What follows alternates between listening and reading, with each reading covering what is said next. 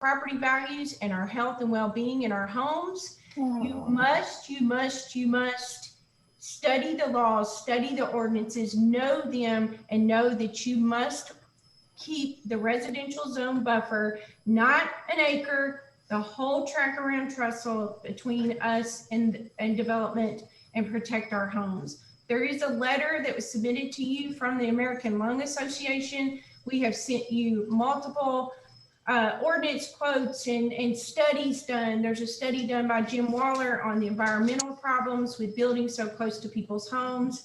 Please look at those and please make the right decision.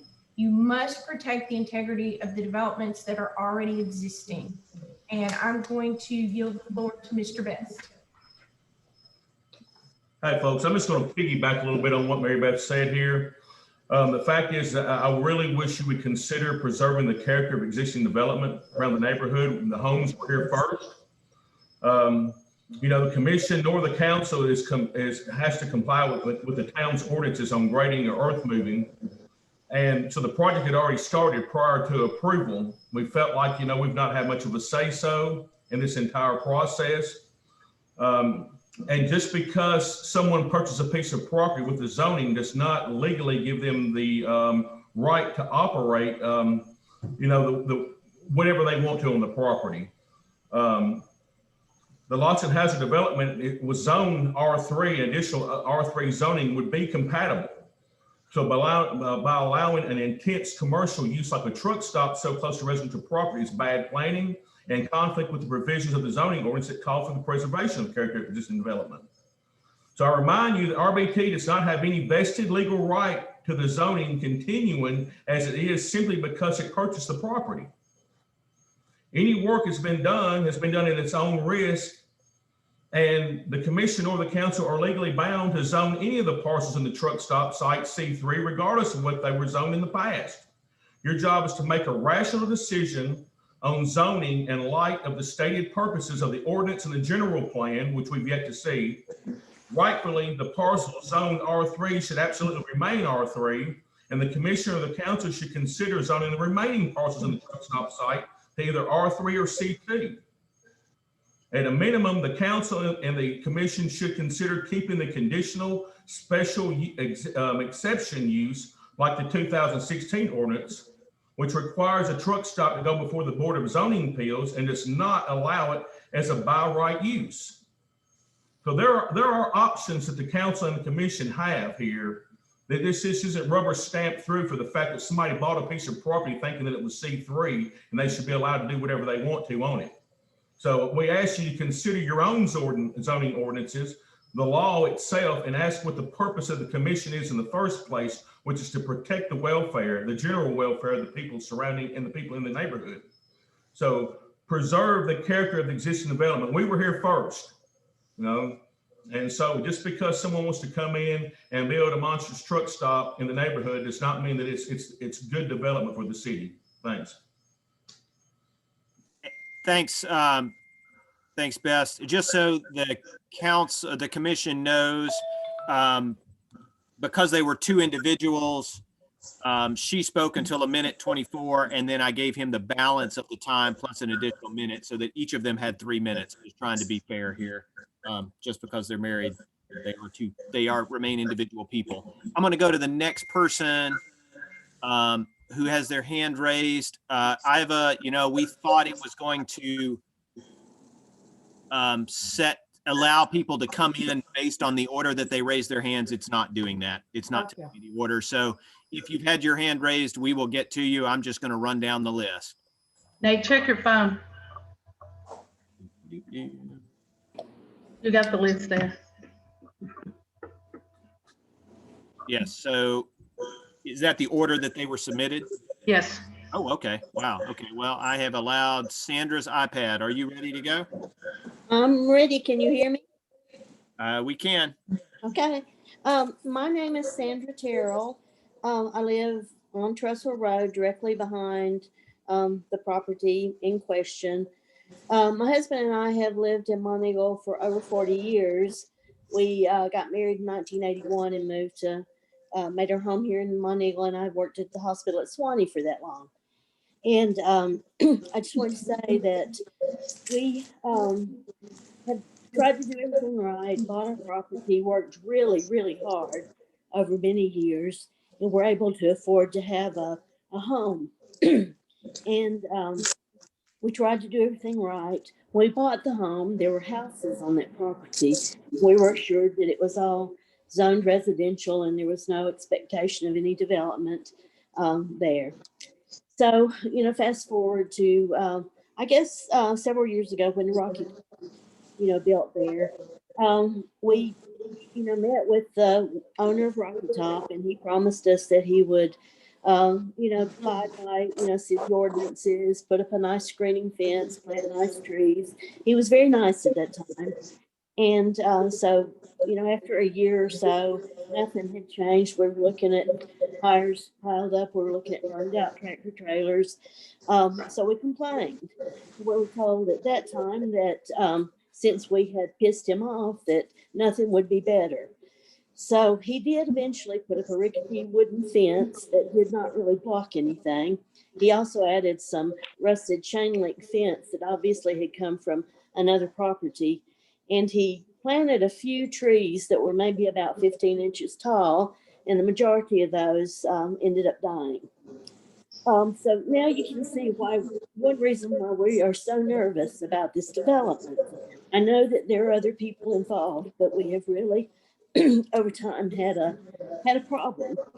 I do ask that you take into account what Billy and Mary Beth said, and I appreciate their input. And there's been a lot of research done, and we know that no rezoning ever took place properly. I mean, there's just no record of the property being rezoned that we can ever find. We were never notified. There were no signs put up on the property it was going to be rezoned, and we feel that was done improperly. And I think that's been admitted. The last planning commission did listen to our concerns, and they were trying to help us, but the election happened. They were dismissed, and the new planning commission is there now. So we're just asking you to please do, the same thing that they were doing, and help us preserve our property value. The property along Trestle Road could remain as a barrier. The rest of the property could be developed, but the neighbors need to be protected.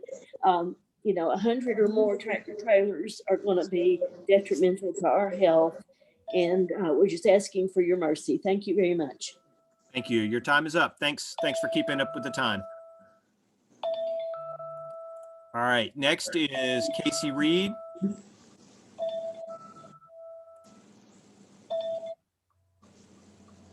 Can you hear me? Can you hear me now? Yes. Okay. Hello, everyone. My name is Deborah Reed. I own commercial property in Monteagle, right around the corner from where the proposed truck stop is planned. I concur completely with Mary Beth and Billy. They said it all.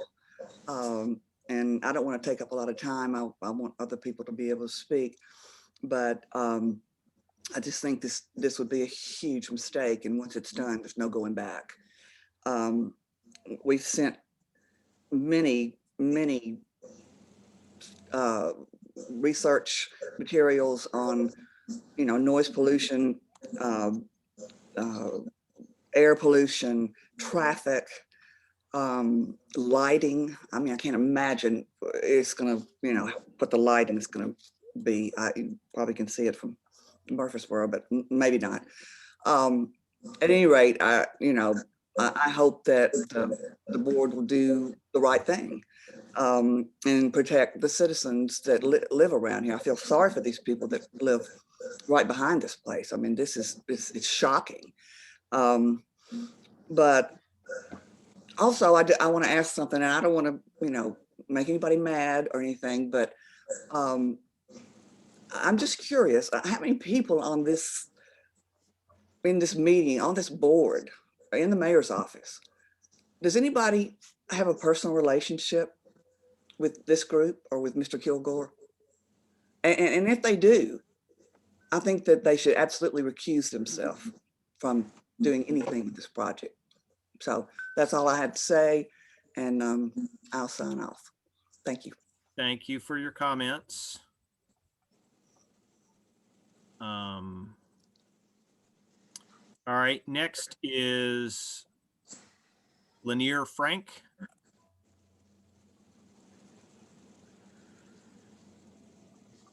Thank you, Nate. Lanier Frank here. Let me do my video. Show you my COVID hair, which is awesome. Thank you. Not as good as your beard. 60 years in, I've been going to Monteagle for all my life. It's not where I live all the time. I do choose to live there every summer. My grandmother is a Sarton from Tracy City and Monteagle, going back to, gosh, Bethany, how long? 120 years. But I moved away. I love the area. I'm committed to supporting the community.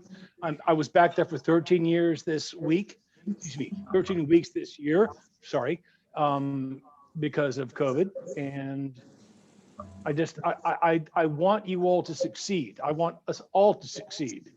I think a truck stop where proposed is a terrible idea. You look across the interstate, folks who are my era and over will look at those concrete pads on the other side of 24 and know that those were failures. Let's not do that again. I'm done. Thanks for your comments. All right. Next is Lucy Keeble.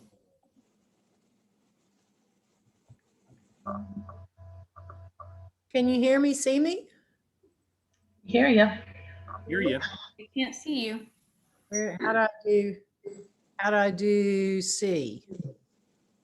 Your video is on. You either have your camera covered up or you No? have a preference set to maybe an image, and the image is black. We can see you. You're up, but you're. Okay.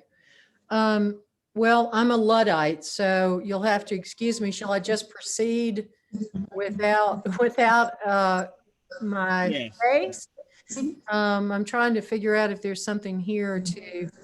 All right, down on video, do you see that at the bottom of the screen? Yeah, I do. All right, so you're gonna click on it, that little up area, the carrot or whatever you call it. Okay. Actually, just start it. Actually, just. Oh, did I just turn it off and it's. There you go. There you go. Am I there? No, that's Jane. That's not me. Oh, well, Jane. Dalrymple Hollow. That's funny. Well, let me, I don't want to take up too much time here, but couple of things. I wanted to give Mr. Graber, Brian, a chance to speak to a particular question. Brian, you and I have spoken on multiple occasions at the different meetings when we weren't restricted by COVID. But I wanted to ask you, is there something other than a truck stop that you and your wife and your brother-in-law would consider that would work for you on this property that we could celebrate? Lucy, we're not going to go a back and forth. You've got 3 minutes. Oh, okay. Well, I'll read the American Lung Association letter then that was written on November 16, 2020 to the Monteagle Town Council. This is written by Christine Hart, and she says, RE public health concerns regarding proposed TA Petro Truck Plaza in the town of Monteagle. Dear Monteagle Town Council, as a public health organization serving Tennesseans, we are writing regarding the location of the proposed TA Petro Truck Plaza in the town of Monteagle to offer health considerations prior to reaching your decision. Transportation is a primary source of air pollution in Tennessee and the Cumberland Plateau. Pollution from vehicles, especially heavy-duty vehicles, is harmful to public health and can result in a range of problems, such as asthma attacks, heart attacks, wheezing, coughing, and pulmonary inflammation. Children, older adults, people with lung disease, cardiovascular disease, and diabetes are particularly vulnerable. In Grundy, Marion, and Franklin counties, there are more than 1,600 children and 6,500 adults with asthma who could be at risk of an asthma attack on bad air days. Additionally, studies show that air pollution contributes to cardiovascular harm and increases the risk of premature death. Considering that nearly 9,000 residents, can someone mute their audio?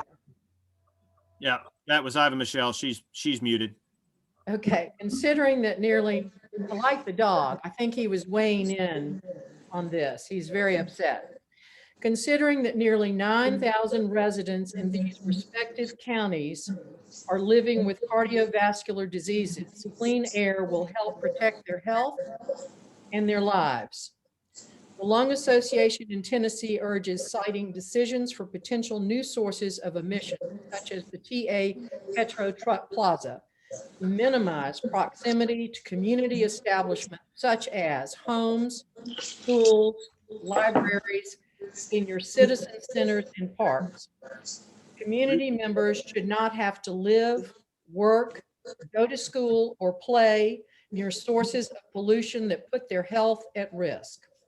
Further, local officials, I'm almost through, further, local officials should take particular care to ensure that low-income communities who have historically borne a disproportionate burden of air pollution are not further impacted. Given the overwhelming research about heavy traffic areas and health impacts from trucks and vehicle emissions, the American Lung Association in Tennessee respectfully encourages the town of Monteagle to consider these health impacts prior to making a decision which would increase emissions in a location impacting Monteagle residents' health. Lucy, The town of Monteagle has an opportunity to we've prevent. gone over your time. Thank you. We're gonna have to move to the next speaker. The next speaker, Meryl, Michelle, you've unmuted yourself. Great. Okay. The next speaker is Jane D. And I have asked her to unmute.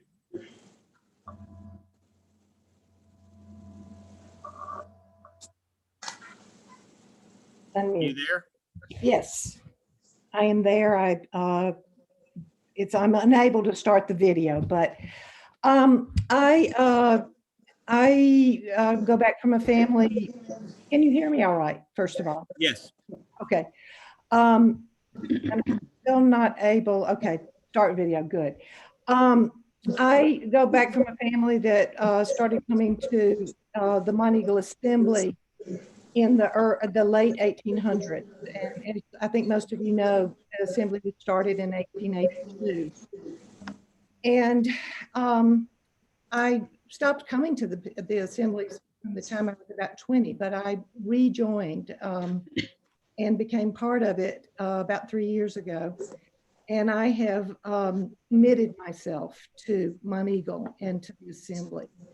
And one of the things I wanted to point out is to think about some of the things we've already lost in Monteagle. And one of them is the Monteagle Motel. And I think probably some of us remember eating red-eye gravy and grits and, wonderful old-time breakfasts in that hotel. And now it's gone. And consider the thought of if we had somehow been able to restore that hotel, it would have been a landmark for this part of Tennessee. And my thoughts about the truck stop are first and foremost about the neighbors. I mean, the idea of having to live that close to a place where trucks are going to be going in and out all day long, all night long, and all the reasons why it would be detrimental to the health of people that are near that area. But it also is going to be, if it happens, which I pray it doesn't, it will be detrimental to the whole, not only to the whole town of Monteagle and to the Monteagle Assembly, but really to the whole plateau. And all the effort with the Mountain Goat Trail and the South Cumberland State Park and the South Cumberland Community Funds, all these ways that have brought people together on the plateau. And we've been making really forward-going progress in so many ways. To have a truck stop be the entryway to the plateau, I think would be a terrible shame. And as I just wrap this up, the biggest thing I really think about is the people that live right by it, that how it would impact them. But there are many, many other reasons why it's not the right thing. Find some other C with a number after it, something aside from C3 and a truck stop. Your time is up. Thank you. Thank you very much. All right, our next person to comment is Brian Graber. Hang on, Brian. Let's see. Let me find you here. I'm gonna ask to unmute and lower his hand. Hey, Brian, can you hear us?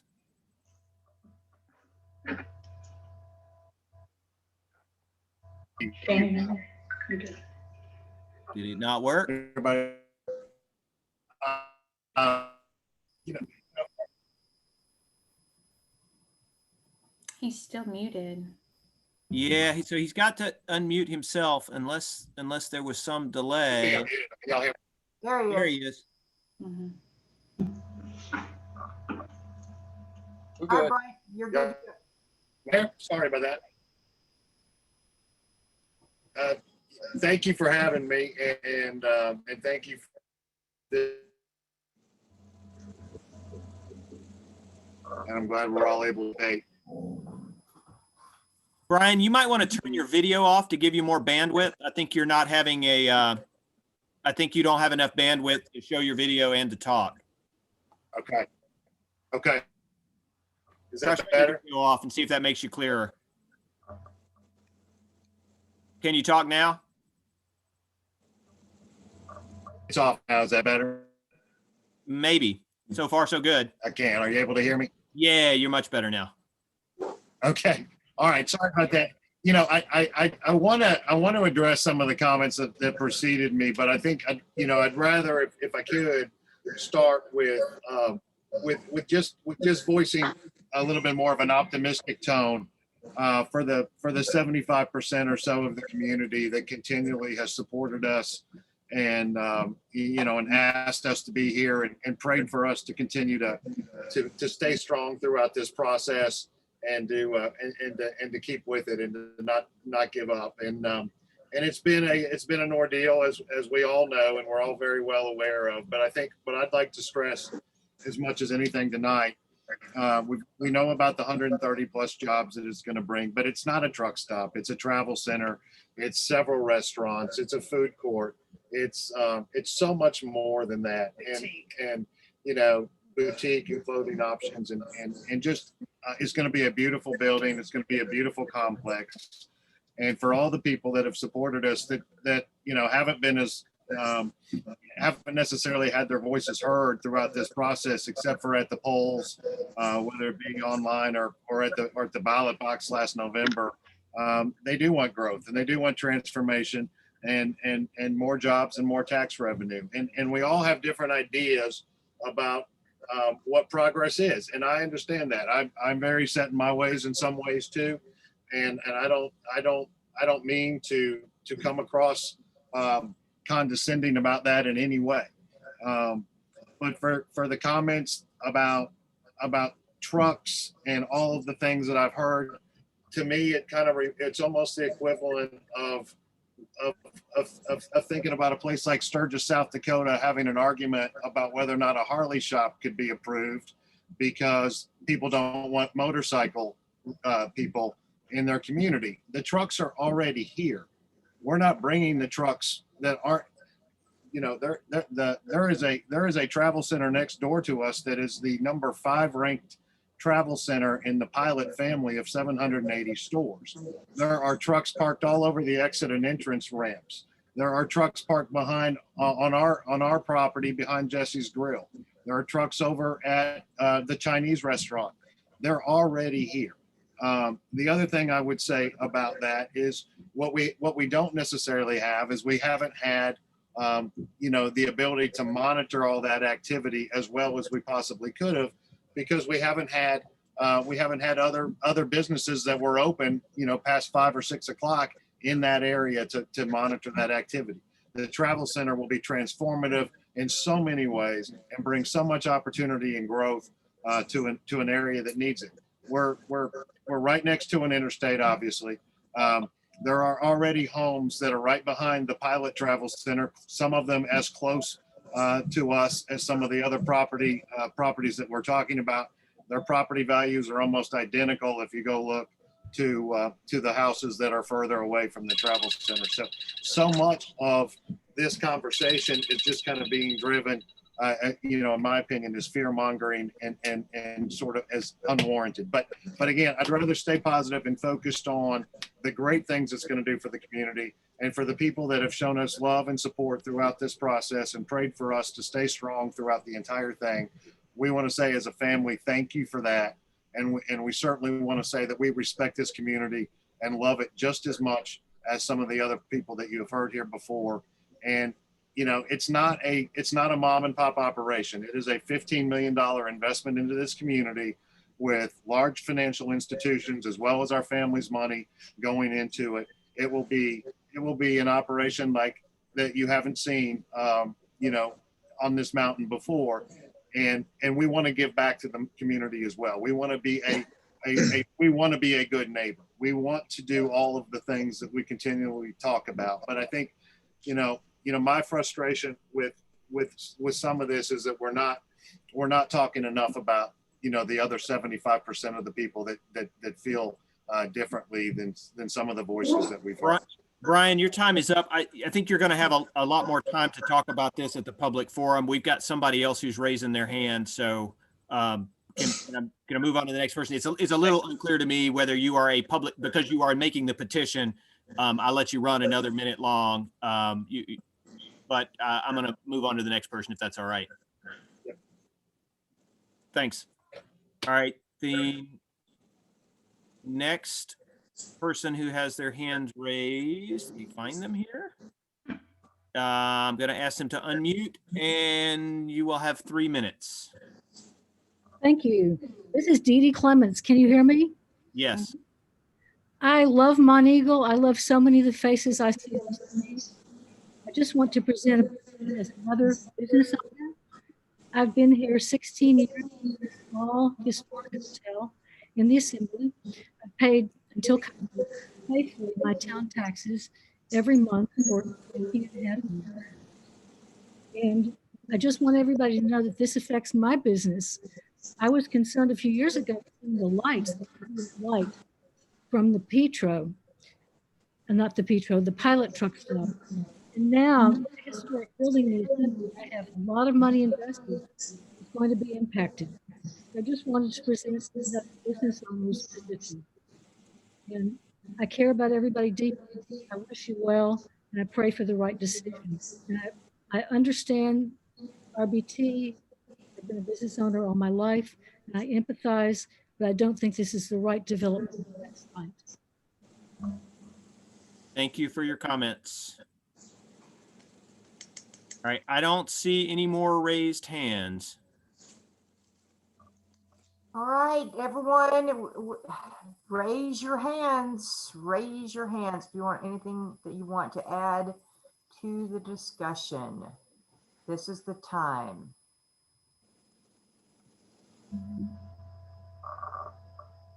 There's All right, one. another hand from Lucy Keeble. Lucy, the way we did this is we're going to allow each person to comment once on each agenda item, and you will have time to comment again during the public comment section. But since you've already commented on this agenda item, we're not going to allow repeats for any of the participants. Is there anyone else who has not spoken who would like to speak on this topic?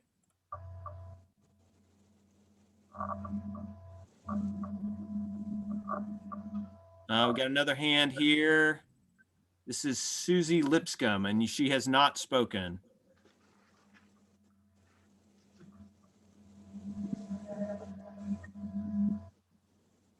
Here, Susie. Are you here? I've asked her to unmute. Sorry about that. Can you hear me now? Yes. Is that better?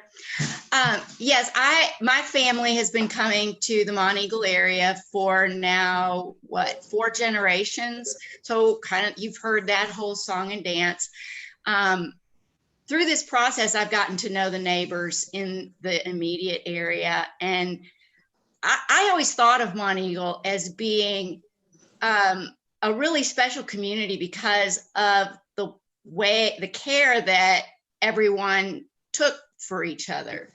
And I am shocked that the neighbors who are so profoundly affected by the possibility of this development are being dismissed like they are. I mean, the property value that the decrease in property value that they are facing is significant. And they were here first. And it's shown me a side of Monteagle that is frankly very disappointing. I don't know what else to say. And also in researching and studying all of this, I spoke with someone at the Appalachian Gateway Initiative, and she made an excellent point to me that a truck stop, a new development, yes, we need truck stops. Yes, we need places for truckers, but a truck stop could be located any number of places. There are other places besides the plateau that could very well serve the trucking industry. But DuBose Conference Center, High Point Restaurant, the Monteagle Assembly cannot be relocated anywhere else. They can't, it's just an impossibility. And I would like for you all to consider that when you consider your decision. That's all I've got. Thanks. Thanks.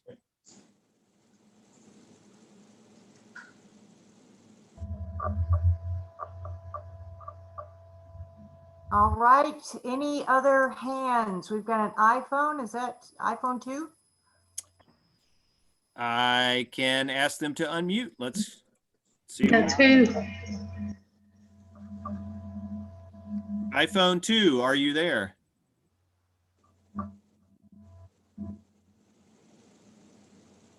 Is iPhone 2 here? Who is it, Dave? I don't know who it is. They are unmuted. Hello? iPhone guest, you have unmuted yourself. I'm lowering your hand. Maybe that'll encourage you to see that you're on. iPhone 2, there it is. We're not able to hear you, but you're unmuted, so it has something to do with your iPhone setup.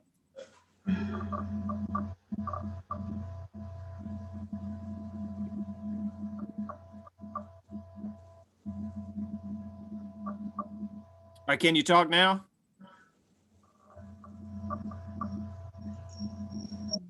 Still can't hear him. We're not able to hear.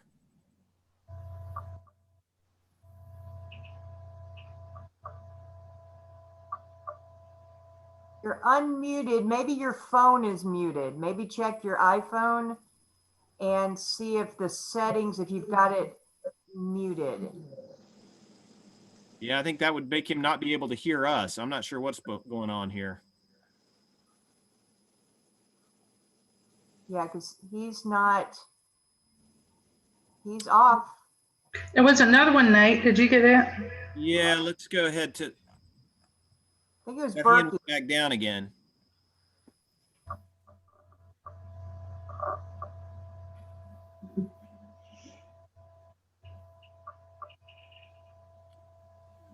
I am not seeing any hands raised. I'm wondering if there is a better way. Oh, you know what his problem is? What? iPhone 2. I think if you will unplug your earpiece, maybe you have an earpiece that doesn't have a microphone. He doesn't look like he's wearing an earphone. He had something hanging.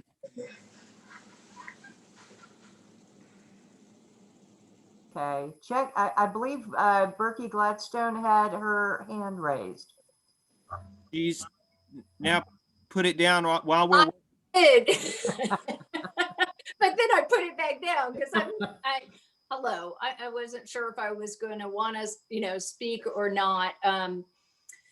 I've been living in Swanee for the past 26 years as a teacher, maybe taught one of your kids, who knows, but moved down to on North Bluff this summer.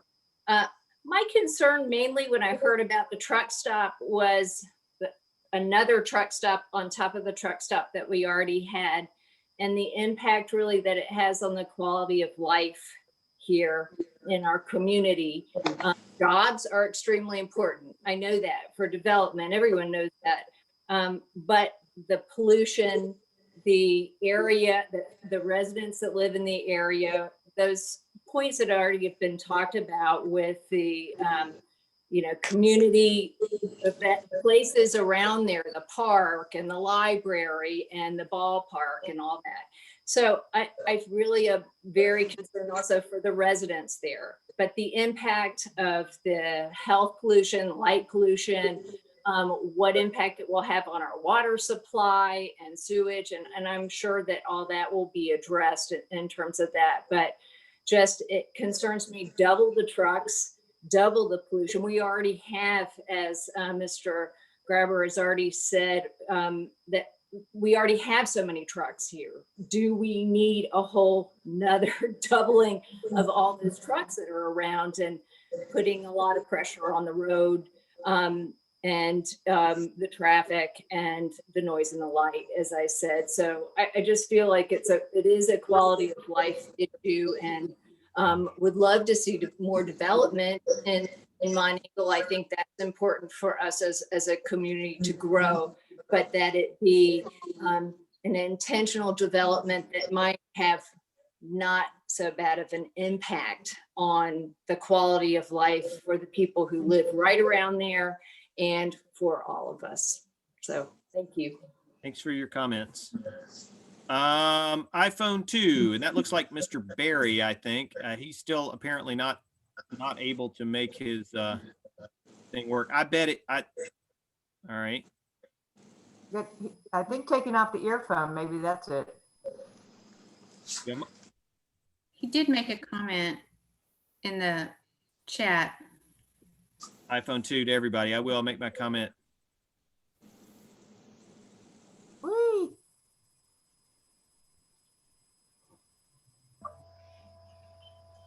Okay. All right. Thank you for your opportunity. Sorry you're having technical difficulties. I'm gonna go ahead and mute that. Are there others that would like to make a comment who have not?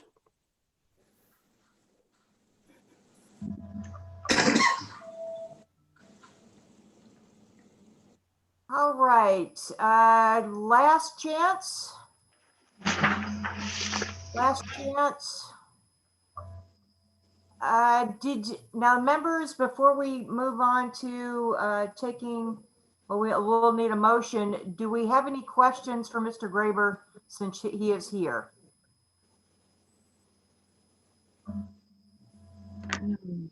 And I've gone ahead and asked Brian to unmute himself. But I can ask him questions directly. I've driven by the property several different times over the course of the couple of weeks since I've been, or I guess it's been a month or so now that we've been on part of the council. And I know that I've seen where there is a section in the back of this area. It is wetland area. So it's not this entire piece that's going to be developed.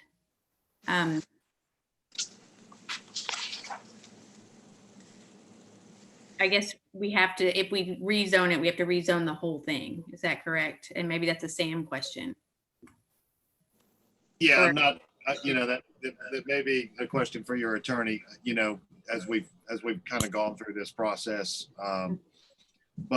But from our perspective, the wetlands, when we got permitted from the state, which happened back in the summer of last summer, they designated about two plus acres in the back corner there as wetlands, which was, fine with us because, I think we can do some things from a landscaping perspective to really, kind of enhance and beautify that whole area back there in the back corner, all the way around, protecting, the neighbors that we're talking about here too, and the back as well. And we, originally our idea was to use cypress trees and that type of thing as a buffer.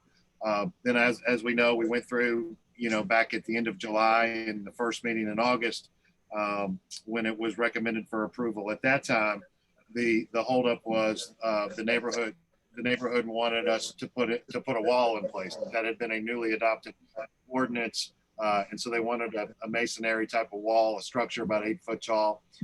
We agreed to do that.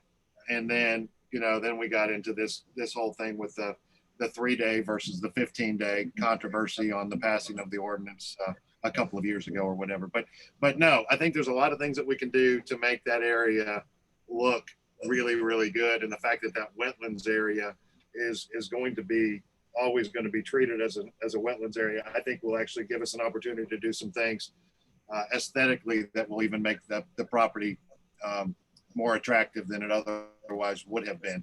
But to answer your question, no, the other 4.5 acres or whatever we're talking about in that back section would need to be rezoned for the property for a lot of different reasons. I don't want to get into the technical reasons of it, but Right. Brian, just to, I guess, have your voice on the record and to I guess maybe just hear your viewpoint. A lot of citizens are asking, why did we choose that piece of property other than something that was on the other side of the highway, where there are, where it is very much less populated and has much less risk of trucks coming through the main part of town. I know that as a planning commission member and as a town member, we're not going to want these 18-wheelers coming through our strip of where we've been beautifying and building up business.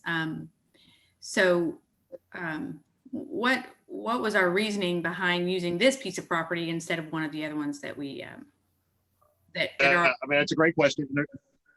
Yeah, sorry. That's a great question. There's several really good answers for it. So we did a lot of marketing studies right from the beginning. I think, just to address that point you made there at the very end, there's absolutely no reason for the trucks to be going through the city. And if they would, they already would be, because again, not to sound like a broken record, but that pilot that's right there on the corner already is the 5th largest grossing pilot. They pump 1.3 million gallons of diesel per month. That's how many trucks are going in and out of there. So trust me, if it was going to be something where the truck drivers decided to go through the town, they already would be going through the town, whether or not we were there or not. No, to answer the first part of your question, all the studies that we did showed, because the ground's a little bit higher, obviously we already had an existing shop. We already had an existing 5.5 acres there. It just made so much more sense. And we even think from a traffic perspective, not having only one option for trucks to turn into off of that exit is going to even out the flow a little bit, and all that congestion that you see around the lunchtime hours, especially in front of the Pilot and the Wendy's, is going to start to get smoothed out. So we actually think, and we've had some people from TDEC kind of talk to us about the same thing, that actually the traffic flow is likely to get a little bit better, not worse, with our presence being there. Does TDEC feel that this is going to bring I have noticed that they are building another pilot down towards Manchester, finally at the I'm never going to say it wrong, but anyway, the Air Force Base exit. I've noticed that on my trips to Nashville that we are having another truck stop being put in there, as well as I foresee one probably coming on the other side of the mountain in the future with the trucks just it's building. It's not something that's going away. So I know that there are many truckers that to get to the top of the mountain, to have a place they can stop is very important because they need to refuel, they need to rest, they need to feed themselves before taking down the other side of the mountain. We forget that it's not an easy drive up and down that mountain. It is, and there's so much in what you just said that I try to unpiece it, but the first part is, Love's is building a third store at exit 117 down there in Manchester. Their store on exit 89, which is about halfway between Monteagle and Nashville, is the number 9 gross revenue Love's in their system of 475 stops. The one at exit 158 toward Jasper is their number 4 store. It just happens to be one of the most congested interstates in the entire country. I think someone had told me that it's the number 2, second most congested interstate in the country. And to your point, my grandfather was a truck driver. My uncle's a truck driver. My brother-in-law used to drive trucks. My father-in-law was a truck driver. All these disparaging comments about truck drivers, it's, sometimes I really have to find myself biting my tongue. We wouldn't have our food, our supplies, all the things that we've really relied on during this pandemic. And the truck drivers are working every single day. And a lot of these poor guys are having to park on entrance ramps and exit ramps and all. What I've seen is, and you're seeing it at exit 1, demand is trying. Why you're cutting in and out. Trucks everywhere.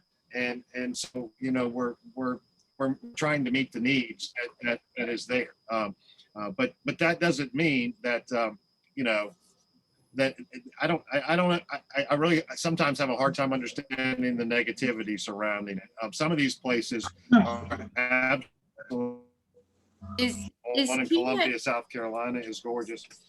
What was that? And it may not be a question you can ask. It may be something I need to ask the council. Is TDEC giving any indication that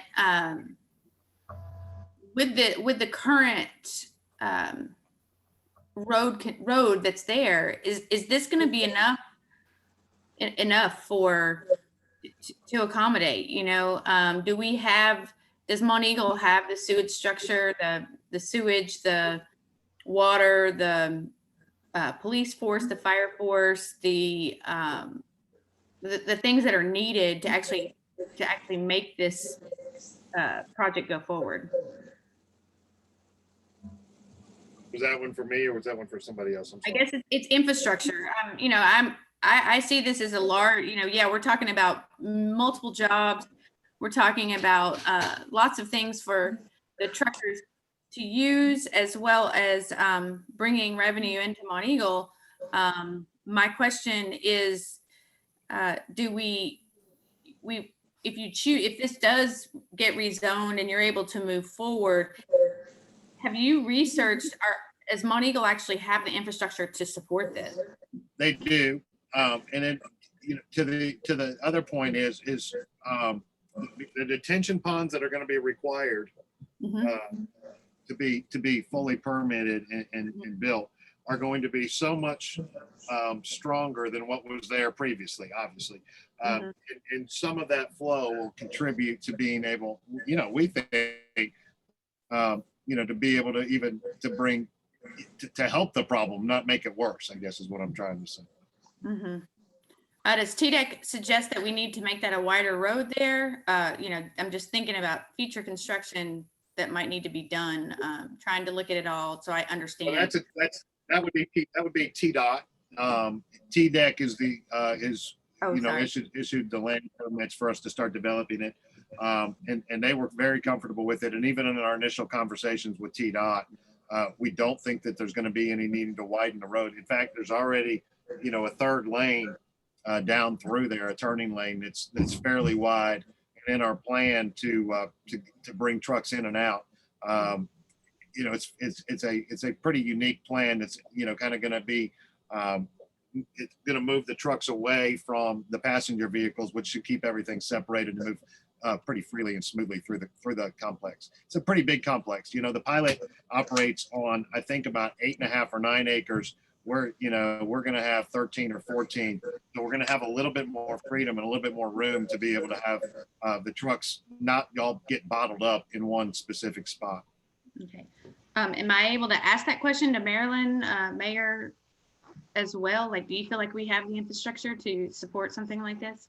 I thought John was going to be on here tonight to address that. Of course, that we discussed at the last council meeting, the engineer is going to start doing studies. He feels like it's sufficient, but he will do studies as well, working with any development that we do. But currently, as far as capacity, he said that they felt like it was. Butner is on here. He can address that because he works with John. Do you see, Nate, if John is on here or not? I don't see John. Let's see if Keith can comment on that, because he works with water and sewer as well. I know the engineer is coming up to start doing flow studies. Yeah, what I'm hoping that the engineer can provide us with next month is a sort of macro level sewer assessment. The water issue has pretty much been put to bed with all the interconnections. So we've got that covered. But I'm hoping that our engineer can give us sort of a macro assessment. This is our size of our current wastewater treatment plant. These are the number of connections we currently have.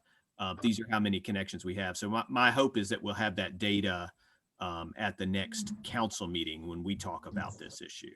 We did. And so my next question goes, and I don't know if we're in the right spot to be asking if I'm doing this right. If I need to do something different, let me know. But Garrett, my question then too is, at this point with the rezoning, if we as a planning committee choose to rezone this and then it moves forward, it does not mean the truck stop is approved. It does only change the zoning, and that then it has to go through multiple steps in order to be approved by this council. Is this correct? Sorry, Garrett. Well, actually, we got to unmute Sam. Sorry, I muted it previously.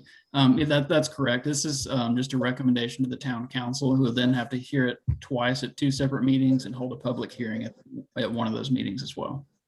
And then even if it is approved, we'll go back to the issue of the site plan that was referred to earlier, which would have, I'm sure this planning commission would have a viewpoint as to what's adequate for that.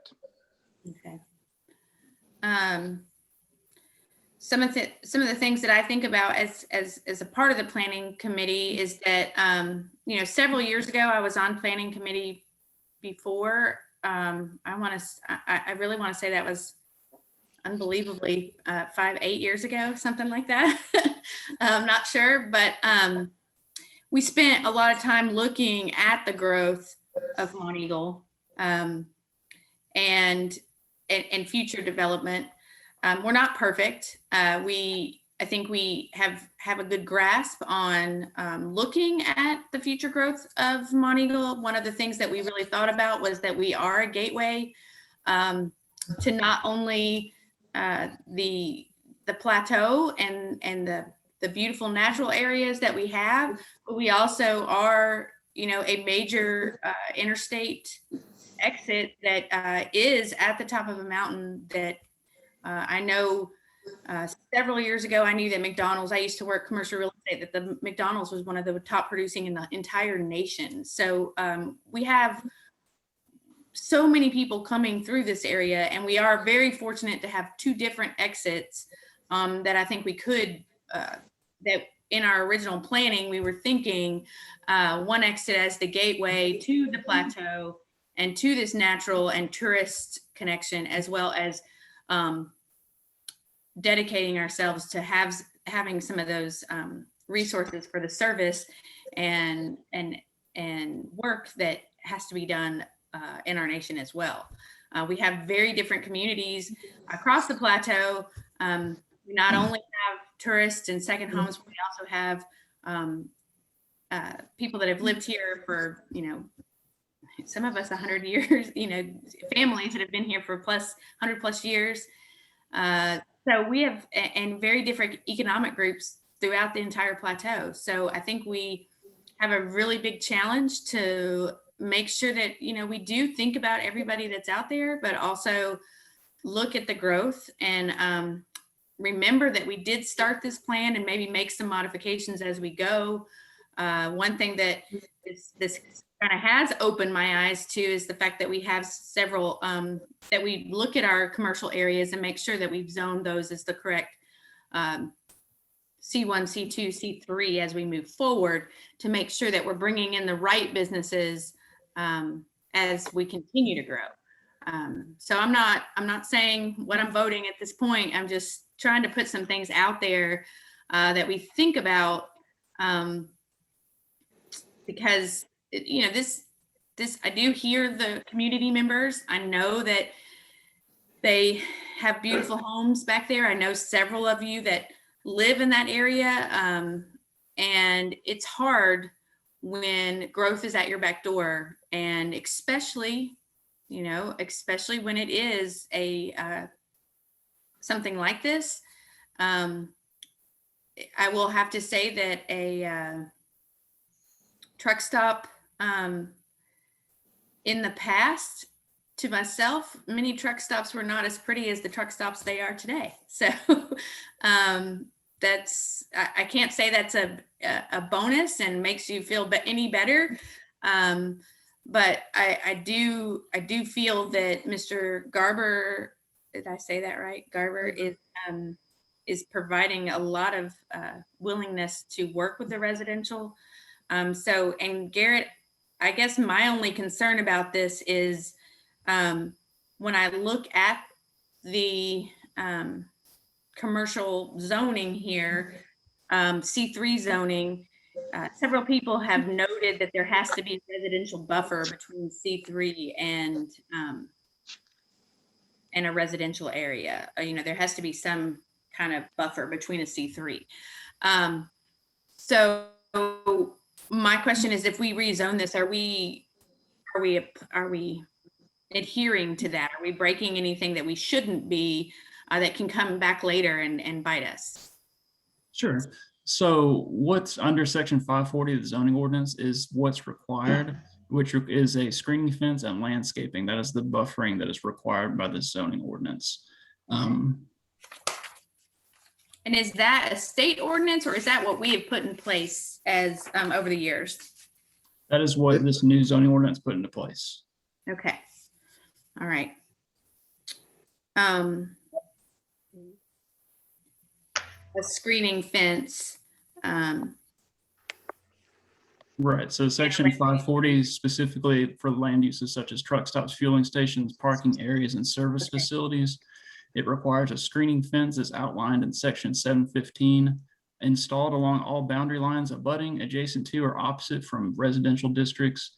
And in addition, a landscape screen shall be installed in accordance with section 706. Okay. Does it say, can you, I don't think, I could probably pull out my big book and find out what section 715 and 706 are. Do you hear me? Brian? Pardon me? Do you have an idea what that screen is? I'm just, so it's out there.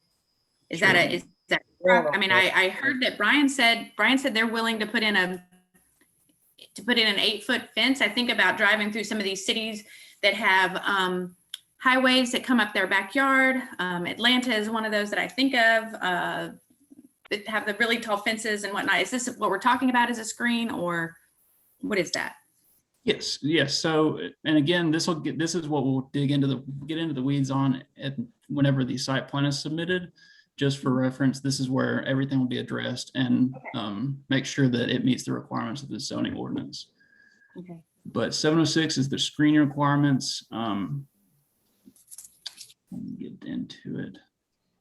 And just so you know, too, Mary Jane, I met with the neighbors in a kind of a town hall style forum at the end of August when this first became a controversy. And, you know, we made some concessions with them. You know, among those were, you know, with William Foring, he had brought some estimates from a contractor.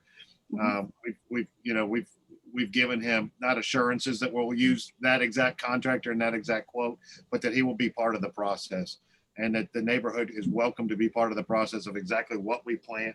I know there's some specific trees that are in the ordinance that we've gone back and forth with, but we've got some latitude and some leeway where we're willing to work with the neighbors on exactly what gets planted, how many, and all that sort of thing. So I think we've tried to demonstrate over the past 8 months, and it has been 8 months, that we're willing to bend over backwards to try to be good neighbors and to be, accessible, and also open-minded toward their suggestions, I guess I would say. So, so regardless of what the ordinances say, we're going to honor those commitments. And I don't mean that in a bad way. I just mean that we're willing to even maybe go above and beyond. Right. In certain areas, if we need to make them a little bit happier, because we want to, like I said, we want to be good neighbors to them too.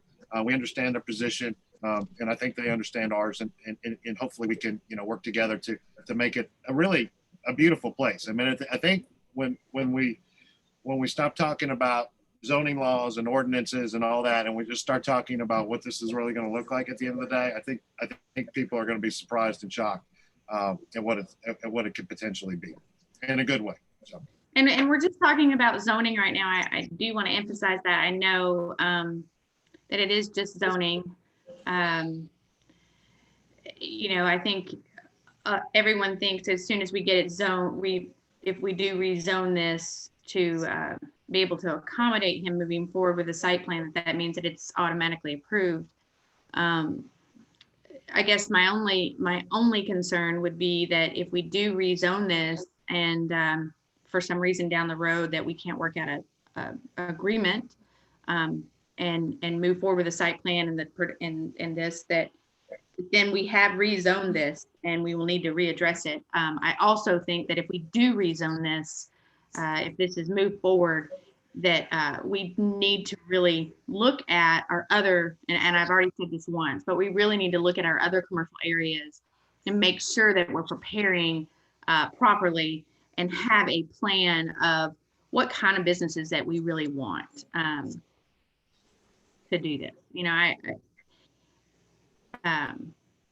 The truck stop, or the travel center, however you want to say it, Brian, we all remember there's always been truck stops here in Monteagle. It's always been kind of a part of our community. And I think we want to remember that heritage as well. But we also want to make sure that we are addressing as the whole nation is growing and expanding and people are coming from everywhere, that we're really preparing for it. So Right, I have a question. You said you're going to have restaurants, and this is it's not just a truck stop. It's going to be, there's restaurants and things like that for people to come to.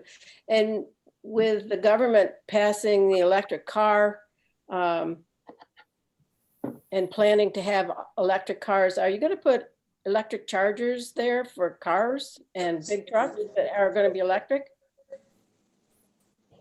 We absolutely are. We're planning on having either 3 or 4. And for what you said prior to that, absolutely, it's going to be stop as a destination for passenger vehicles as well as commercial tractor trailers. So Bojangles, Most likely there will be a Taco Bell in there as well. There'll be a couple family-owned restaurants, Petro Grill, and a Betty's Kitchen. Betty's Kitchen will be more of a meat and three, kind of a home cooked type place. The Petro Grill will have everything from steaks to Philly cheesesteaks to, hopefully some of the best hot dogs anybody can make, and hamburgers, and really good food, really quality food, and a really neat environment. We want it to be a neat environment for people to come. I'm always struck by a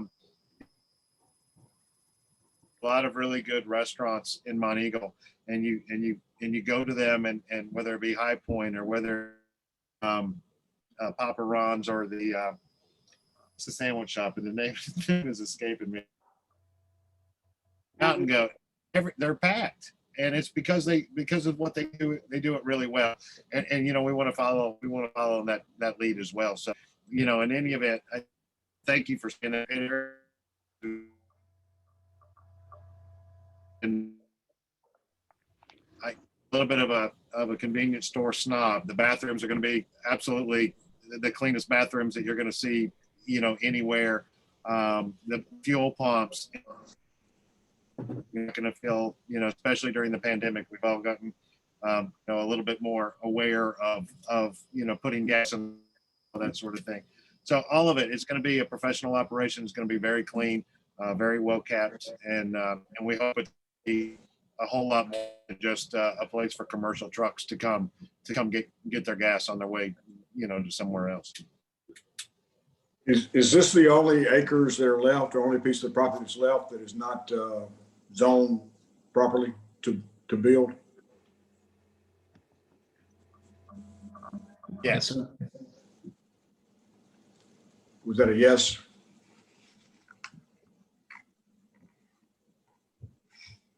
I didn't hear that. Yes. Yeah. Is That's this the only piece, right? The rest of it has all been. How many acres is this parcel?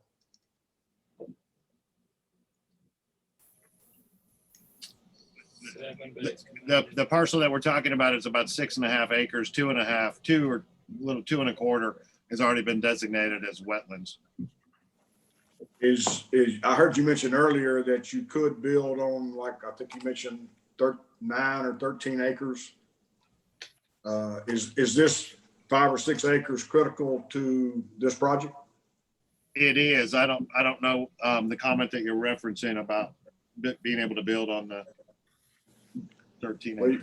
Well, you said you were utilizing more acres, so there was more flow on the property. Oh, well, I was comparing it to the pilot next door. They're in a little bit more of a cramped. My point there was they do what they do in a little bit more of a cramped area than what we're going to have in terms of traffic flow. I think that'll give us some advantages, some competitive advantages that'll make everybody's lives a little bit easier, even passenger vehicles getting in and out. So if this is not approved and it's not rezoned, what happens?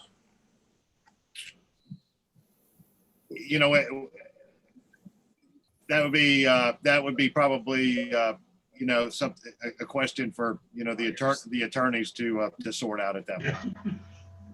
So it's no deal. I mean, you can't build on less than this. Right. No. Absolutely. No. Absolutely. It would absolutely kill the project as we've laid it out. Absolutely. Okay. Sam, question for you then would be, if this was not rezoned, is that something that the city could see repercussions from? Well, I mean, it can be Oh, yeah. it can be challenged in court, just like there was a court proceeding last year on this issue. It can be challenged in court. Now, whether it could be successfully challenged in court is a different issue, but yes, the law allows it to be challenged in court. Okay. Was this property, I know that we before us, the planning commission before us, did they rezone this property? There There was an error in the map. Apparently, nobody knows who did it. It was changed from 2016 to 2018, Mary Jane. So yes, when we received it, it was C3 on that, but then they found out it wasn't done properly. Not Sam, wasn't that when there was the 3 days that it like having Right. Right. We had a phase, and the last rezoning that you made a recommendation on an hour and a half ago, I guess. The law requires a 15-day notice period for a public hearing in the context of one of these. And in the original rezoning of this property, which did go to C3, the notice period was not done appropriately. It was a 3-day notice period rather than 15. It got challenged in court. The court ruled in a way that inferred, although we haven't seen the final order yet, that inferred that it agreed that in fact the 3-day notice period was insufficient. And we have an opinion from the University of Tennessee Municipal Technical Advisory Service, which has an attorney who agrees with me that that's just not enough time. Okay.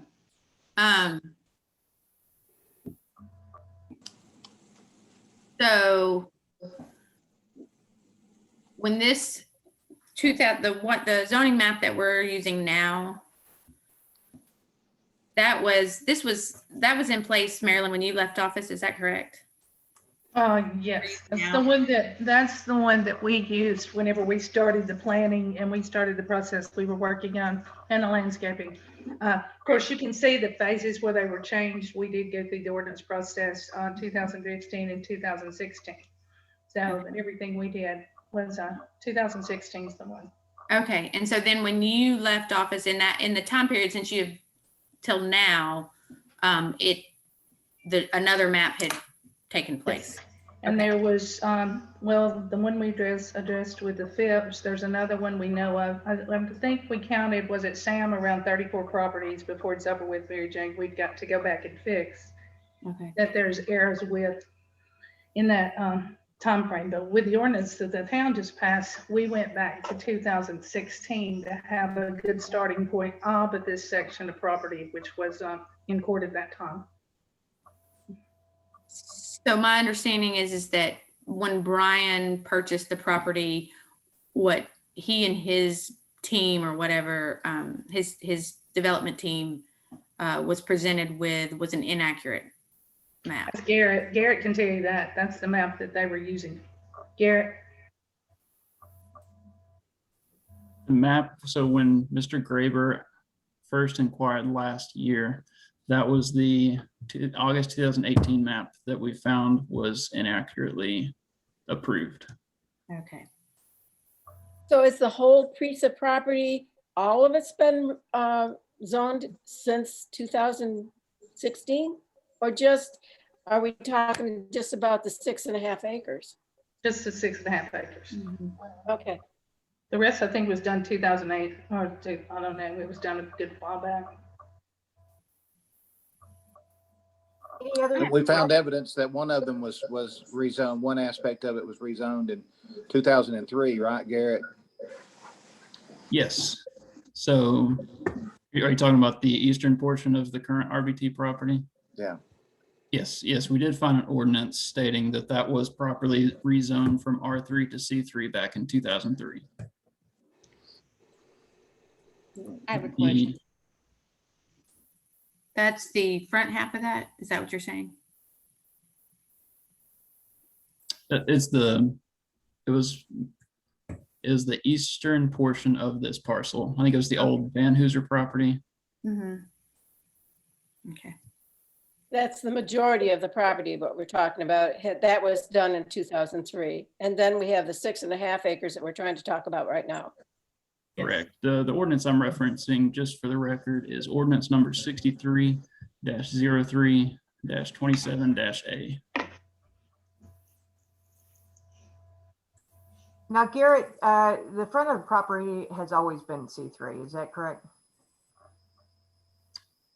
The Yes. west, yeah. The west side of the front, yes. Brian, did you buy all of this property thinking that or knowing that it was appropriate for your use.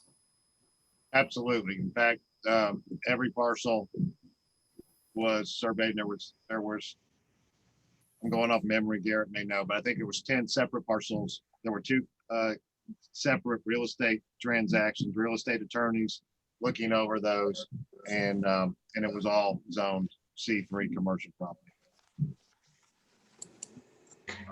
Hey, Brian, what was the delay? I know you said you presented this in February. What was the delay with your site plan with the former administration, the former planning commission? Because this has been going on for months. Yeah, we didn't even purchase the property though until the end of March. So there really was not a delay. We started working with Garrett and his office in early March. We hired some surveyors. We did TDEC. We had the wetlands issue come up, I think in late April or May. So there was just, there was just a lot of work that went into it. I mean, the engineering costs that have gone into this project from through all of this, but have been extensive. Our engineer and our lead engineer worked with Garrett's office for several months between April and July. I think it was Garrett's peer Chad that initially recommended for approval for the August 2nd planning meeting. Garrett himself recommended for approval for the September 1st planning meeting. The delays since then have really, I guess, I don't want to characterize them, but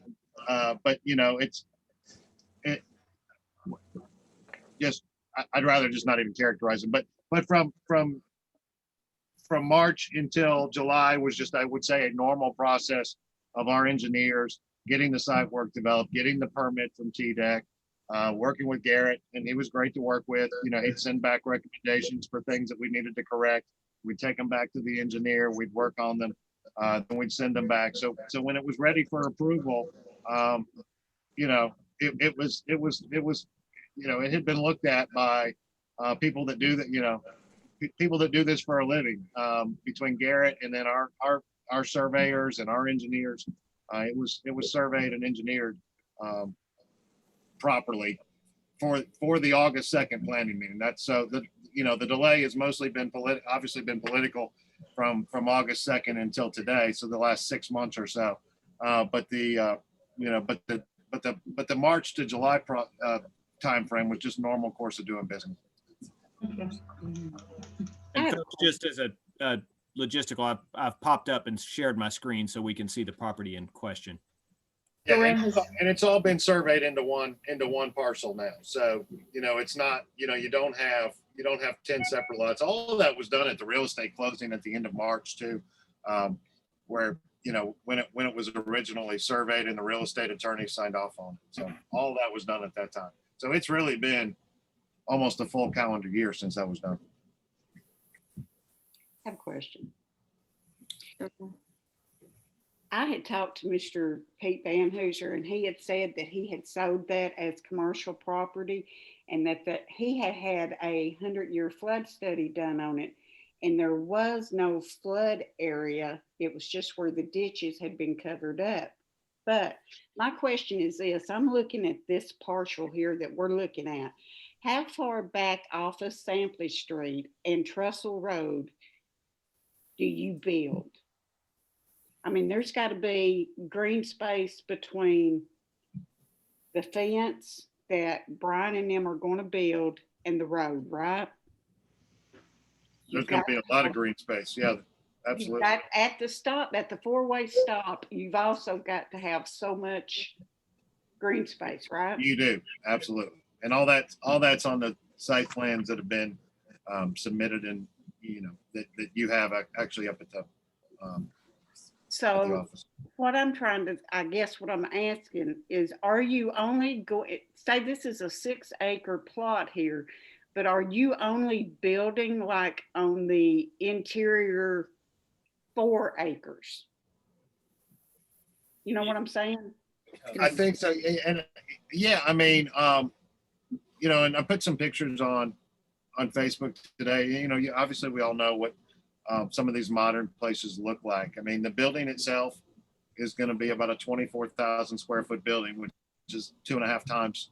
That's the main building, the 2.5 times the size of, the neighboring pilot. But, there's the infrastructure that'll be in place. The rest of it will be done very, very well done. If you go look at, the Loves at 158, it's a beautiful property. I mean, beauty's in the eye of the beholder. I understand that, but it's a gorgeous property at exit 158. That's more of our local model. If I wanted to give you a local model, there's properties in Hillsborough, Texas, and Moorhead, Wyoming that also we're going to take some other ideas. Brian, what I'm asking is your development is not going to be touching. We're somewhat flexible on the land. I'm over talking him. Who's got the floor, me or him? All you. Okay. What I'm asking is your development is not going to be right on Sampley Street or right on Trestle Road. It's going to be set back so far, right? Absolutely, 100%. Okay. How many businesses are going to be in this development roughly? Well, inside the main travel center, you're going to have the 5 restaurants that we've highlighted, and not everything is set in stone in terms of what the boutique's going to look like and how that's going to operate, or a barbershop or anything like that. But certainly the 5 main restaurants, a really modern, sleek looking C-store, and there'll be some other amenities in there too. But we haven't finalized all those details. So you're not only catering to truck drivers, you're wanting more of the pedestrian traffic too. Not pedestrian, the vehicle. Yeah. Tourists, might be your word, during. You're not going to have that much. Many people have heard yet or not. They have a monster development. No. Can you hear me? Okay. All right. You're not going to have, how many parking spaces do you have for trucks?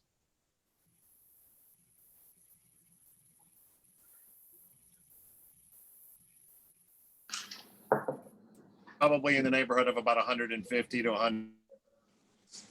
Okay. All right. And I just want to make one comment and then I'm through. I want to let the neighbors know that they have not been ignored, but while I am watching their comments down here, I do have questions for Brian that I wanted answered. So it wasn't like we're ignoring you. I don't feel like I am or anybody else is. So I'm done. Well, Dwayne, we're not doing the chat boxes, and that was explained. No, yeah, I just, they were saying they were ignored, and I just didn't want to play that. I'm good. So Brian, I'm clarifying. I'm just clarifying. I hear you saying that when you purchased the property, you had your real estate lawyers come in and they went to the city and they asked for the zoning maps and they had all that done. You were given that. So when you purchased, when the development and this, you purchased the property and you were, by every legal means that you had available to you, this property was zoned C3. Yeah, absolutely. And obviously no one knew anything about this 3-day versus 15-day controversy. Somebody did, obviously, to get us here where we are today, but we didn't. And nothing came up. We had several conversations with the previous mayor in January and in February prior to us purchasing this land.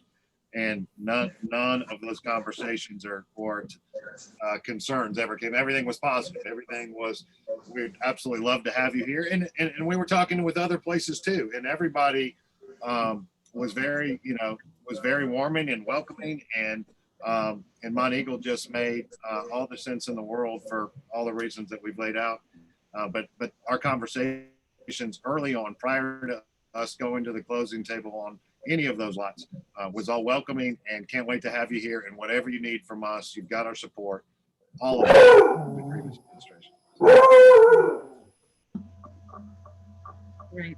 And I do want the, I think it is very important for our community to know that, I think people have said, oh, well, we've been put in this position, and that's what we're signed up for. We're a planning committee, commission. We're here to hear you. We're also here to recognize what has been put into place and what the growth plan is. We also know that, unfortunately, in this position, there's always going to be people that agree and disagree, and we have to do our best to hear everyone and take into account all the things that people have worked hard to do, as well as on their properties, as well as on the commercial end. I mean, there are plenty of us that live in this area that have been waiting for this growth to come so that we have the opportunity to grow. And it's right here at our doorstep, and it is very hard to decide what to do. I was in commercial real estate for many years, and I hear Brian and his argument, and it's very frustrating on his end, I know, because if he did get this map from the city, and that was how they proceeded, I'm embarrassed as a member of the community that it got to that point, that a map, zoning map that was worked on for many, many years was just basically kind of sidelined. And that's frustrating. So Thank you. yeah, I see both. I see both sides of this argument very clearly. And it's a very hard position for all of us here on the commission to be in, because we are community members and we do love our Monteagle community and want everyone to enjoy it for years to come. But it's a very difficult position to be in, considering what was presented to a developer that did their due diligence. So that's what I have to say. Is there any other member that wants to weigh in, ask anything from Brian? I don't really want to ask anything for Brian, but I want to clarify a few things. I know it's been brought up numerous times. Does anybody have a vested interest? I don't, or anyone else that I'm aware of on this board. We're all professionals. Mary Jane's brought it up a couple of times. This is the hardest position in the total of my third term here I've had to deal with the town of Monteagle. Monteagle had a plan in 2016. Mary Jane was part of it. Michelle, several of you all, Peter Beasley, and we had a plan, and we were working that plan, and that got dismissed. I can't help that. I can't help it. The debacles we're in. We've got more than this one. We've got 34. We're here to protect Monteagle and all the residents, not those that just come in the summer. Not, it's every resident, every child, and every person, and everyone's been considered. And whether y'all believe it or not, you do matter. We stay up of a night dealing with this stuff, you know, and it's not for what we get paid or for the acclimates, but we are doing the right thing. We're going to do the right thing for Monteagle. No decision here is going to be a good decision. I mean, you know, but we're put into this to do what's best for Monteagle for today, tomorrow, and the future. And someone just mentioned electric car starter, or the electric starters. You know, we have them behind Town Hall. We've had them back here for how many years now? Michelle and Mary Jane, would you say 5 or 6? We were the first ones to get up here. So you know what? That's what's in our planning. That got dismissed, but that's totally irrelevant now. We've got to fix these problems. Town Hall is now sitting on C3. Right in front of the neighborhood there is C3. Once we deal with some of these other things, we have got to fix these debacles before it happens again. And that's what this not only planning commission, but also council is now commissioned to do in other areas. So nobody likes this, but what we have to do is for the best of everyone, all, ALL, and to move forward. So, Does anybody else have any other questions or comments from the members? All right, Garrett, you have a recommendation?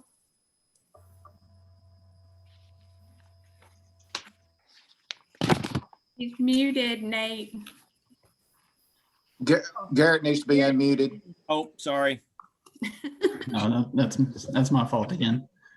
Yeah, so you should have all this, my review in your packet. It goes through a background of how we got here, why we're here. I think we've already covered that. Essentially, it establishes that there's R3 to the north. Obviously, there's R1 to the east and C3 to the east and south. It goes off of the zoning map. The recommendation is based off the zoning map that was approved by the town council at the January 25th, 2021 council meeting. It details the sections of the zoning ordinance that was approved on the same date that the site plan that will come after this will be reviewed against. We've kind of talked about that at section 540, section 706 and 715. And in light of those sections, staff recommends approval of the rezoning based on the following. The rezoning of this portion of the property will be contiguous to the entire parcel as a whole. The property is along a state route and meets the intent of the interchange commercial district. And the Monteagle zoning ordinance regulates screening, buffering, and fencing requirements along property lines adjacent to the residential districts that I briefly mentioned a little bit earlier. I'll entertain any questions you may have.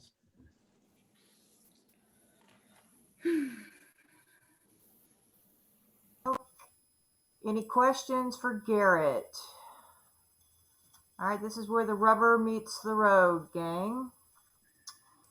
After all of these presentations, this does not mean that it's final approved. It goes, Sam, would you revisit the process from here? This yay or nay goes where?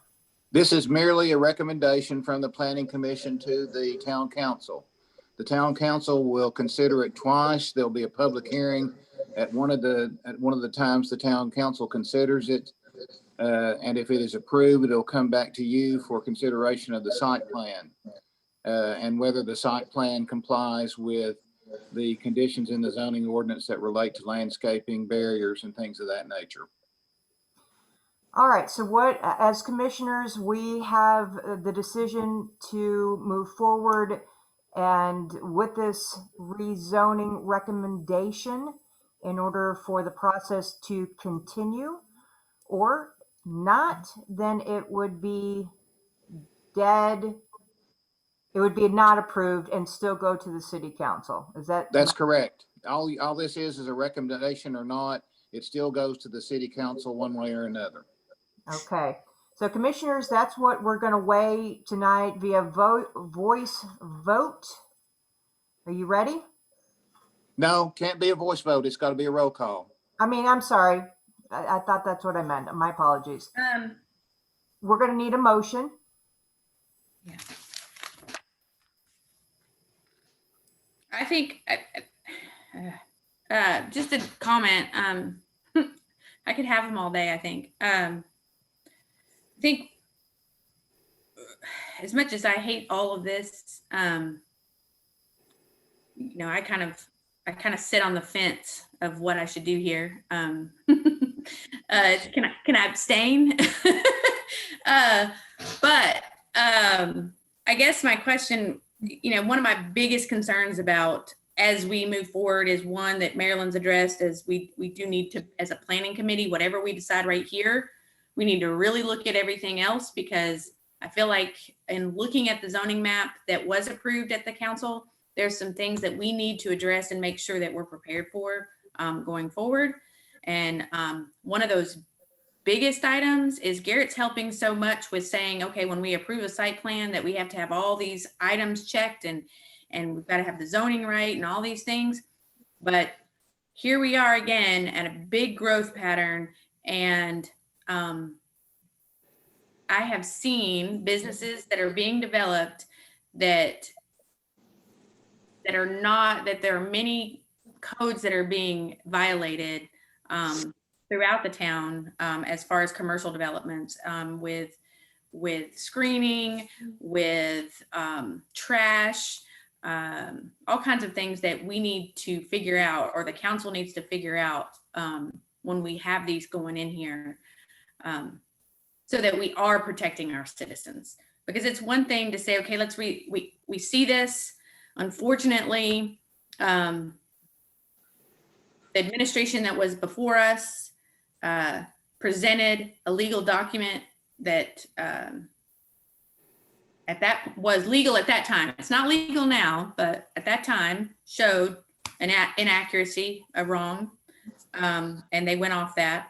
And so we rezone this, then it goes to council. They have to do whatever they're going to do.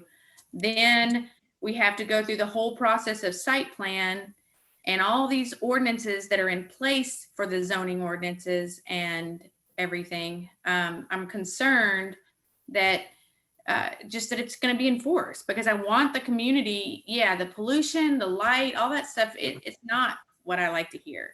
And there was Mr. Berry, I've seen all these emails. They come in my box. I don't necessarily respond, but I definitely read them all. There are concerns about fire. There are concerns about police and all this stuff. And just the building of this. And I hear Miss Terrell that's saying, we've been behind this and we've asked for somebody to come and enforce some codes and we're getting nothing. So I'm concerned that if we do move forward with this, then that moves everything else a little bit forward because of us approving this. That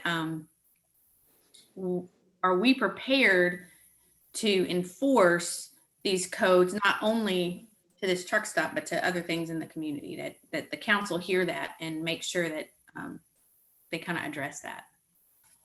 Stay on topic. Sorry. Mary Jane, one of the things that, and I'll just speak, this has nothing to do with this situation, but you can ask Earl and Jack both. They've been going out and looking, and Earl has a list. Actually, tomorrow he'll be looking at properties where things have happened. I'm not making excuses. I'm not saying why it is, but they were enforced before. That's the reason some people were not happy after, 2016. It is what it is. But everybody was treated the same. They were enforced, and we were in the building process. You were part of the landscaping, and we helped put that together. We didn't have anything. We're doing that. But yes, they will be enforced. Earl, you're there now, aren't you? And I'm not talking about this one project. There's a lot of projects that we are going to have to go back and revisit because they're not in compliance. There's more than one. As you said, you can drive down the streets of Monteagle and find them. And yes, that's to all of them to one. We're not out hunting things and looking for things wrong, but yes, there's a lot of wrongs that need to be made right. And from this point on, whatever we do collectively is we ensure it's done 110% right. And as long as we're here, that's all we can do. But Earl, are you still here? Yeah. Am I serious? Yeah, that's what I was just checking to see, just to, the things that we've discussed, the things we've discussed been brought to your attention. I know it's been brought to Nate, Jessica, Favalora. You're addressing things as early as tomorrow that to make sure that they are, if they're not in compliance, they're getting in compliance. Is that not correct?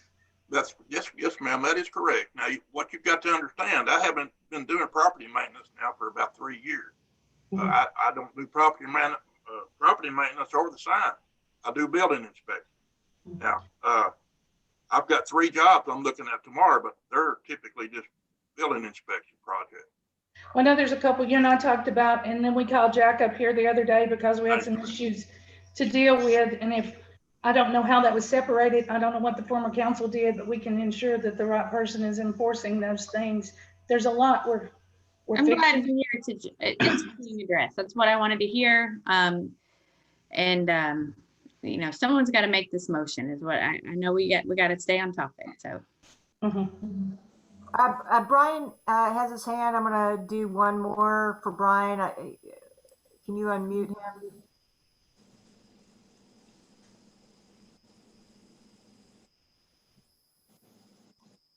you hear me? Yep, go ahead. Okay, just for Mary Jane, and I don't want this to come out, but it is a 15 or $16 million project. We will have surveyors, contractors. We've also offered to let Mr. Gary be a part as much as he wants to be in terms of like the overseeing and the inspection of.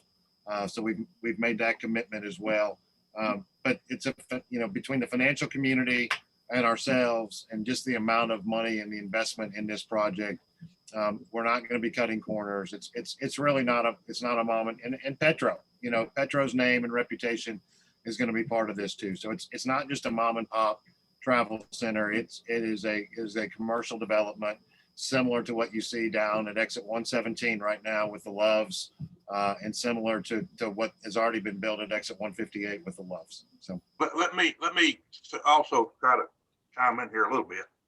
Once there's a building permit been issued, there'll be all the zoning that when the site plan is approved, everything is going to be on that site plan that Monteagle zoning ordinance requires. I will be the guy that sees that the site plan is totally adhered to. So once planning commission passes this site plan, be sure that you're exactly on there, exactly what you want, and I will see that it happens. And as far as the construction goes, I've been doing this for years. I'm certified in several areas for construction. 24,000 square foot building doesn't scare me. I've done buildings all my life, so I'm comfortable with taking that project on. So any questions you might have about that, I'll try to answer. But I feel good about it. You guys pass this thing and it flies. I'm ready to go to work. Thank you. Okay, folks, any other questions? Someone's going to need to make a motion. Okay, this is R3 now? Correct. Okay. I want to make a motion to rezone it from R3 to C3. Your motion would be to recommend the rezoning? Yes. I recommend the rezoning from R3 to C3. Okay, I need a second. Second. Peter Beasley says second. Any discussion? All right, we're going to do a roll call vote. Peter Beasley. Aye. Richard Black. Yes. Mary Jane Flowers. Yes. Doreen Parmley. Yes. Marilyn Rodman. Yes. Ivan Michelle Russell. Yes. Janet Miller-Schmidt. Yes. It approves. This is a recommendation that goes on to the city council. Is that correct, Sam? Correct. All right. Is there any properly presented new business? Garrett, anything else on our docket? No, ma'am, not for me. Okay. Earl, do you have anything that might be up the path? No, not right now. All right. Public comment is open now. If you choose your 3 minutes, if you're more than welcome to have it.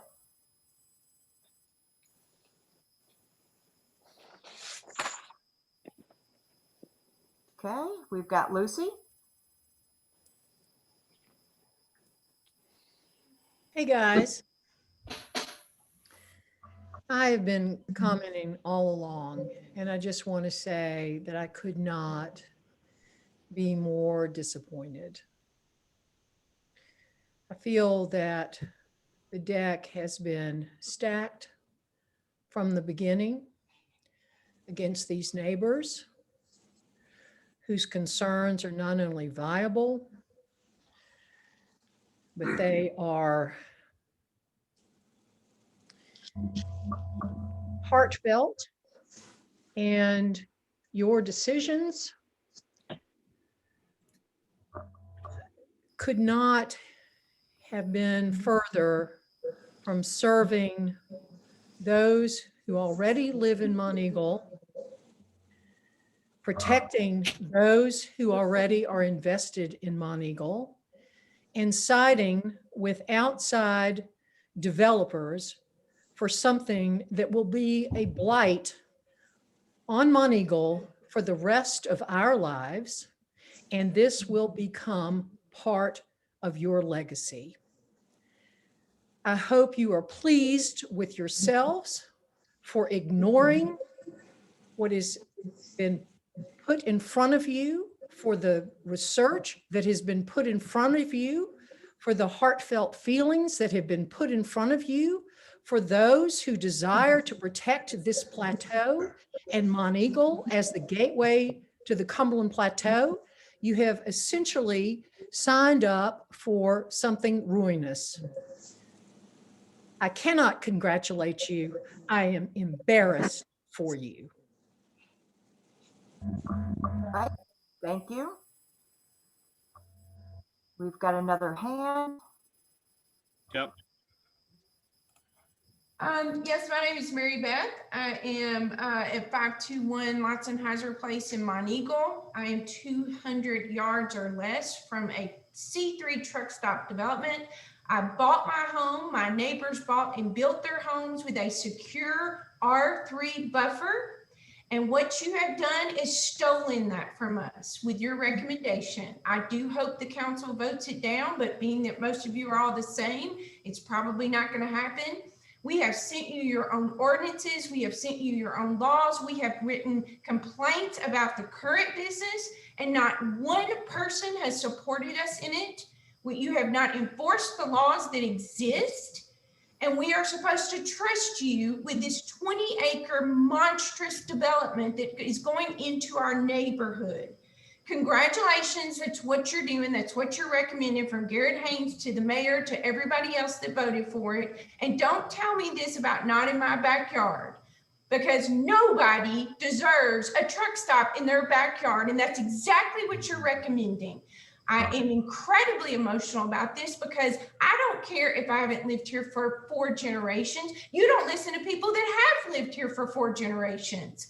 But we bought here, we invested in this community, just like everybody else. And we don't have a $15 million property, but when it's all in perspective, we are invested just as much, if not more, than RBT. They are not voters. They are not citizens. They are not part of this community. And you just recommended everything go in their favor, completely ignoring all of our pleas to all of you. And I am truly, passionately disappointed with all of the leadership here. It's unbelievable how many requests under the Freedom of Information Act that I have been denied. How many requests under the Tennessee Open Meetings Act that I have been denied as a citizen of this community. I have begged you, Sandra and Ron Terrell, the Moonies, the Nunleys have begged you to protect them, and you have not. You are doing nothing to protect the citizens that are already here and live here. Thank you for the opportunity for expressing myself. I don't think I leave any room for doubt how I feel about it.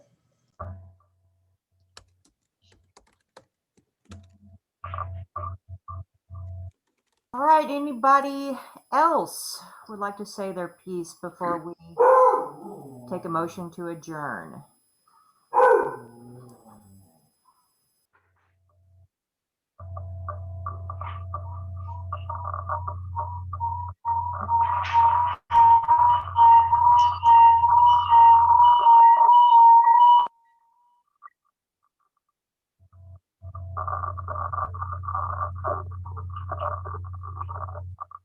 Okay, I need a motion to adjourn. I make a motion to adjourn. I need a second. Second. Do we do roll call on that one, Sam? Roll call. All right, Peter Beasley. Aye. Richard Black. Yes. Mary Jane Flowers. Yes. Doreen Parmley. Didn't hear you. Yes. Yeah, okay. Marilyn Rodman. Yes. Michelle Russell, yes. Janet Miller-Schmidt. Yes. Thank you, everyone. I know this has been a really hard decision for everyone. Godspeed, and thank you.